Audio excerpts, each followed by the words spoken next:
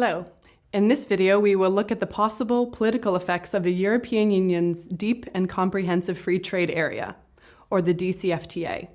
We focus on trade liberalization, in other words, the abolition of import tariffs and other duties between trading partners. The Eastern Partnership countries suffer from rent-seeking elites and restricted access to political and economic power. We ask whether and how trade liberalization with the EU can help to contribute to political and economic opening in the Eastern neighborhood countries.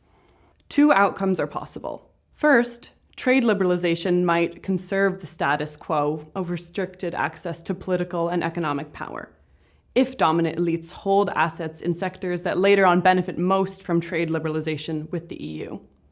Second, trade liberalization might contribute to opening, if it helps to enlarge the number of economic actors across whom rents are dissipated.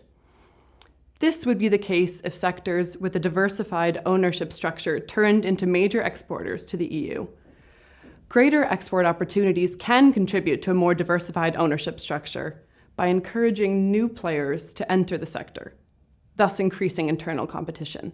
3 countries, Ukraine, Georgia, and Moldova, have concluded DCFTAs with the EU. Let's take the example of Ukraine. It is the most significant trading partner for the EU among these 3 countries. The EU has the greatest stake in promoting political and economic opening to achieve long-term stability, due to Ukraine's proximity and its size. Trade liberalization between the EU and Ukraine did not begin with the DCFTA.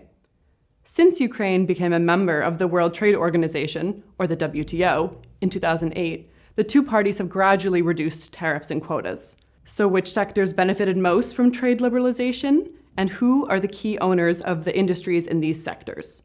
This table shows that metals, mineral products, agri-food, and machinery, as well as electrical equipment, have had the highest share in Ukraine's exports to the EU for the past 10 years. They accounted for nearly 70% of Ukraine's exports to the EU in 2007, and the 4 sectors accounted for nearly 80% of exports for 2017 in the context of the DCFTA. The significance of individual sectors has changed over time. Metals and minerals occupied the top 2 positions during the period before and after accession to the WTO. These 2 sectors were traditionally in the hands of Ukraine's oligarchs, who are defined as economic actors with links to the dominant political elite. Both sectors lost significance in the following years. Agri-food is now the top exporting sector to the EU. That said, metals and mineral products still account for 37% of Ukraine's exports to the EU today. Let's take a closer look at who dominates Ukraine's leading export sectors to the EU. The agri-food industry is controlled by firms that belong to the dominant elite, though exports by foreign companies also make up a significant share, especially in the grain business. That said, around a quarter of total turnover and assets in the agri-food sector comes from large agri-holdings owned by oligarchs.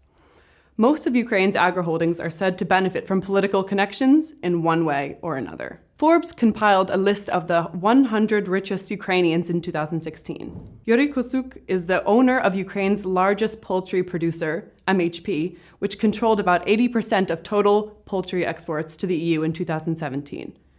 MHP greatly benefited from decreased tariffs and quotas in the context of the DCFTA. Many owners of agri-food holdings in Ukraine use various channels to access economic rents, such as preferential access to assets or land, access to state aid, or subsidized loans from state-owned banks. Elites representing Ukraine's metals and mineral products industries work close to the network of former President Viktor Yanukovych. In these industries, firms associated with oligarchs account for over 40% of turnover and over half of all assets. These oligarchs, including Rinat Akhmetov, who ranks first on this list, are no longer part of the current dominant elite under President Petro Poroshenko.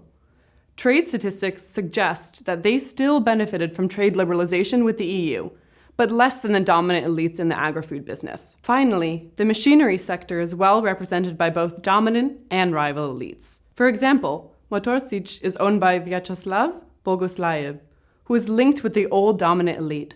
By contrast, the Bogdan Corporation and largely state-owned companies in the defense industries are associated with the new political network under Poroshenko, 6th on this rich list.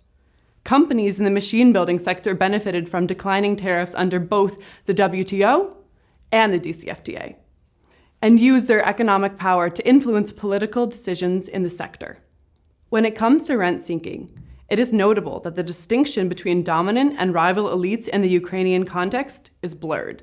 Government policies often benefit both dominant and rival elites because rival elites have formed an informal alliance with the current dominant elites, largely represented by President Petro Poroshenko.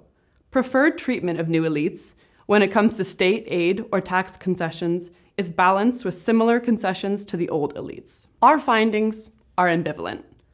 On the one hand, trade liberalization between the EU and Ukraine has benefited big firms owned by members of the dominant or rival elites. They use their fortune and economic importance to shape Ukrainian politics and policies for the sake of private gains. On the other hand, the agri-food sector that benefited most from the trade liberalization is more diversified in terms of ownership structure than the previous key sectors, metals and mining. It is true that the big agri-food holdings that are in the hands of Ukrainian oligarchs account for the major share of food exports to the EU. They use their economic power for rent-seeking. But trade liberalization has also made it more difficult to apply discriminatory measures against foreign firms in the form of export duties. So what are the implications for the EU trade policy towards Ukraine? Trade liberalization between Ukraine and the EU in the context of the DCFTA contributed positively to Ukraine's trade balance and helped to offset the effects of reduced trade with Russia, especially since 2014. An unintended side effect is that higher exports to the EU benefited politically connected companies, who can abuse their political and economic power for rent-seeking. The EU could help to prevent rent-seeking opportunities in the agri-food sector by, for example, discouraging preferential use of state aid or the capture of government assets. A more ambitious task will be to ensure that the small and medium-sized firms and landowners benefit from trade despite their smaller scale and lower efficiency. A fair distribution of the gains generated in agriculture exports between landowners and all exporting companies would be a socially desirable outcome. This would result in a more competitive and open environment. To read our research on the effect of the DCFTAs on other countries and the possible implications for the EU, check out the EU-STRAT working paper series on our website.